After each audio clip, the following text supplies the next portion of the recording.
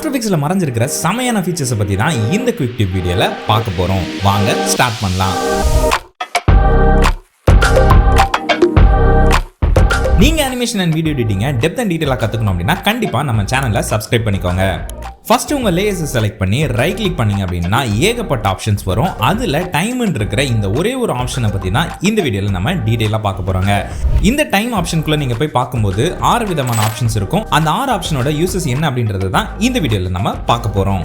முதல்ல enable time remapping. இந்த option மூலமா உங்க வீடியோ ஆர் அனிமேஷனோட டைமை நீங்க கண்ட்ரோல் பண்ணிக்கலாம். ஃபார் எக்ஸாம்பிள் இப்போ இந்த ஆப்ஷனை எனேபிள் பண்ண உடனே உங்களுக்கு இந்த மாதிரி 2 கீ ஃப்ரேம்ஸ் கிரியேட் ஆகிரும். லைக் இது வந்து ஸ்டார்ட் அண்ட் இது வந்து எண்ட் பாயிண்ட். ஓகேங்களா? ஸோ இதை நீங்க அட்ஜஸ்ட் பண்ணும்போது உங்களால உங்க வீடியோ ஆர் அனிமேஷனோட ஸ்பீடை தாராளமா ரொம்பவே ஈஸியா கண்ட்ரோல் பண்ணிக்க முடியும். லைக் இந்த கீ ஃப்ரேம்ஸை கிட்ட எடுத்துட்டு வந்தீங்க அப்படின்னா ஸ்பீடா இருக்கும். இன்னும் தூரமா எடுத்துட்டு போனீங்கன்னா அனிமேஷன் ஆர் வீடியோ வந்து ஸ்லோ ஆகும். இல்ல உங்களுக்கு பர்டிகுலரா சின்ன இடத்துல மட்டும் உங்களுக்கு ஸ்பீடை கம்மியோ இல்ல அதிகமோ பண்ணணும் அப்படின்னா ஜஸ்ட் உங்க இண்டிகேட்டரை பிளேஸ் பண்ணி கீ ஃப்ரேம்ஸை கிரியேட் பண்ணிக்கோங்க. இப்போ இந்த 2 கீ ஃப்ரேம்ஸையும் நீங்க அட்ஜஸ்ட் பண்ணும்போது நம்ம முன்னாடி பார்த்த மாதிரி ரொம்பவே சிம்பிளா உங்களால உங்க வீடியோ ஆர் அனிமேஷனோட ஸ்பீடை கண்ட்ரோல் பண்ண முடியும். ஒருவேளை இந்த ஆப்ஷன்ஸ் வேணாம் எனக்கு அன்டு பண்ணணும் அப்படின்னு நினைச்சீங்கன்னா ஒன்றும் இல்லை, நம்ம எப்படி நம்ம இதை எனேபிள் பண்ணமோ அதே மாதிரி நீங்க திருப்பி போய் அந்த எனேபிள் டைம் ரீமேப்பிங் கிளிக் பண்ணீங்க அப்படின்னா உங்களுக்கு இந்த ஆப்ஷன்ஸ் எல்லாமே போய் உங்க வீடியோ பழைய மாதிரி மாறிடும். நெக்ஸ்ட் டைம் ரிவர்ஸ் லேயர் தான். ஸோ இது வந்து உங்க அனிமேஷன் ஆர் வீடியோவை ரிவர்ஸ் பண்றதுக்கு யூஸ் பண்ற ஒரு ஆப்ஷனுங்க. அடுத்ததா டைம் ஸ்ட்ரெச் தான். ஸோ இது மூலமா உங்க வீடியோ ஆர் அனிமேஷனை ஸ்லோவா ஸ்பீட் பண்ணிக்கலாம். ஸோ இது கிட்டத்தட்ட நம்ம எனேபிள் டைம் ரீமேப்பிங் மாதிரி தான். பட் இதில் கீ ஃப்ரேம்ஸ் வராது. நம்ம ஒரு பேனலில் போய் நம்ம வேல்யூஸ் கொடுக்குற மாதிரி இருக்கும். ஸோ இந்த ஆப்ஷனை நம்ம செலக்ட் பண்ண உடனே உங்களுக்கு இந்த மாதிரி ஒரு விண்டோ ஓப்பன் ஆகிருங்க. ஸோ இந்த இடத்துல ஸ்ட்ரெச் ஃபேக்டர் இருக்கு பார்த்தீங்களா? ஸோ இதை நீங்க இந்த வேல்யூவை நீங்க சேஞ்ச் பண்ணும்போது கீழே உங்க வீடியோட டியூரேஷன், அதாவது அப்டேட்டடான டியூரேஷன் என்ன அப்படின்றத உங்களுக்கு இந்த இடத்துல காமிக்கும். அதை பேஸ் பண்ணி உங்க வீடியோட ஸ்பீடை நீங்க சேஞ்ச் பண்ணிக்கலாம். இந்த ஹோல்டின் பிளேஸ்ல இருக்கிற இந்த 3 ஆப்ஷன்ஸ் என்ன அப்படின்னா லேயர் இன் பாயிண்ட் வந்து உங்க வீடியோட ஸ்டார்டிங்கை பேஸ் பண்ணி உங்க அனிமேஷன் ஆர் வீடியோட ஸ்பீடை அப்டேட் பண்ணும். சேம் அதே மாதிரி சென்டர் அப்படின்னா உங்க வீடியோவை ஈக்குவலா ஸ்ப்ரெட் பண்ணிக்கும். அவுட் பாயிண்ட் வந்து ஒன்றும் இல்லை, எண்டை பேஸ் பண்ணி ஃப்ரண்ட்ல இன்க்ரீஸ் ஆகும். ஸோ இதுதான் அதோட டிஃபரன்ஸ். ஓகேங்களா?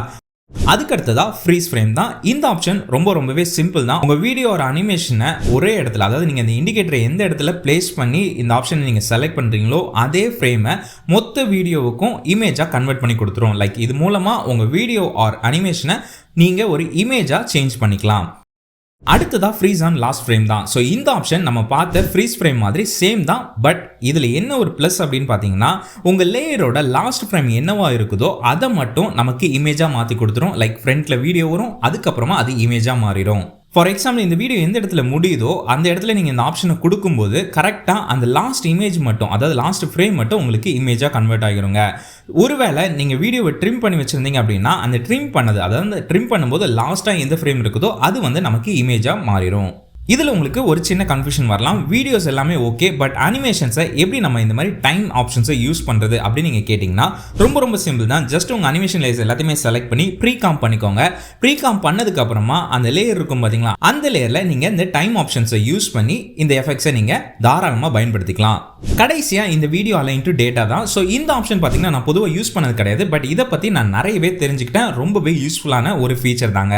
ஸோ இது மூலமாக நம்ம என்ன பண்ணலாம்னா டேட்டாவை வச்சு நம்ம அனிமேஷன் பண்றதோ இல்ல வீடியோ அலைன் பண்றதோ நம்ம பண்ணிக்கலாம்.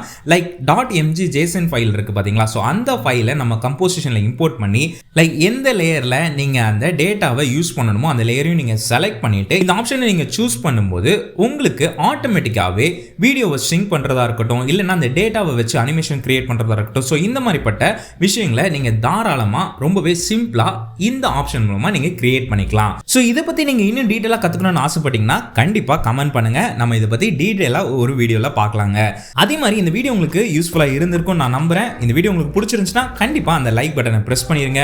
அண்ட் அது மட்டும் இல்லாம உங்களுக்கு நம்பர் கவுண்டிங் அனிமேஷனை எப்படி ஈஸியா எக்ஸ்பிரஷனோட தொல்லை இல்லாம கிரியேட் பண்ணணும் அப்படின்றத நீங்க கத்துக்கணும்னா கண்டிப்பா இந்த வீடியோவை நீங்க செக் பண்ணி பாருங்க. அடுத்த பதிவில் பேசுவோம். அதுவரை உங்கள் AB.